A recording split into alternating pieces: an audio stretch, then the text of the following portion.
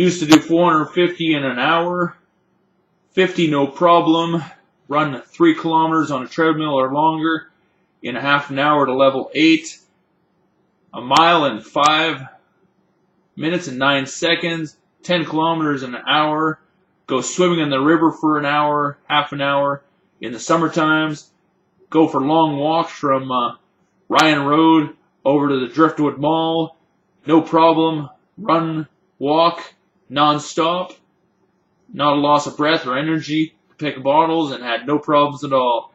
Degradation of a man, taking their hormones away so they can't be physically fit or do anything but sit in a chair. INVEGA and Abilify. 2 different treatments, 2 different times. 1 for 6 months, 1 for a year and a half. INVEGA, 65 pounds of fat, and as you see, no fat on that body or on the chest there. Article 5, 1 to 5, equal rights, equal before and after the law, and being viewed or somebody else's personal belief on my life to harm me from my existence in living an adequate lifestyle and having perfect health what I had before.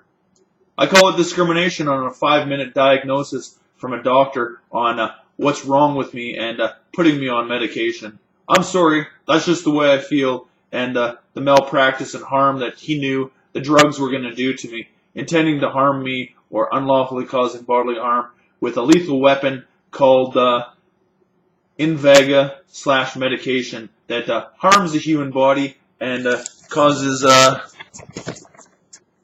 great fat on the body that is impossible to leave if you don't have the proper hormones at all. It sucks to be on it. It's pathetic.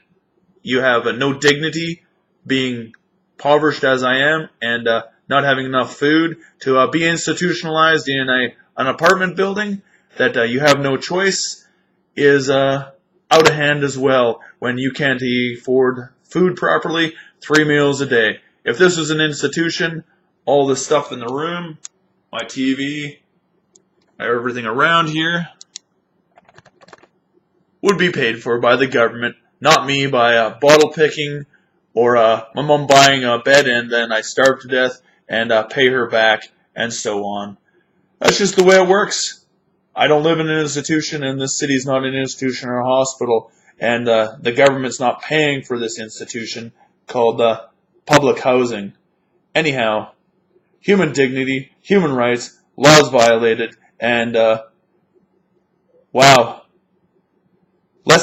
being discriminated in World War II to less desirable people because the RCMP don't like poverty, maybe not, maybe so, and their view on me being a steroider, being a natural human being, and never being on steroids in my life on any blood test, and can't prove in the court of law other than a bunch of false news and slander. Period.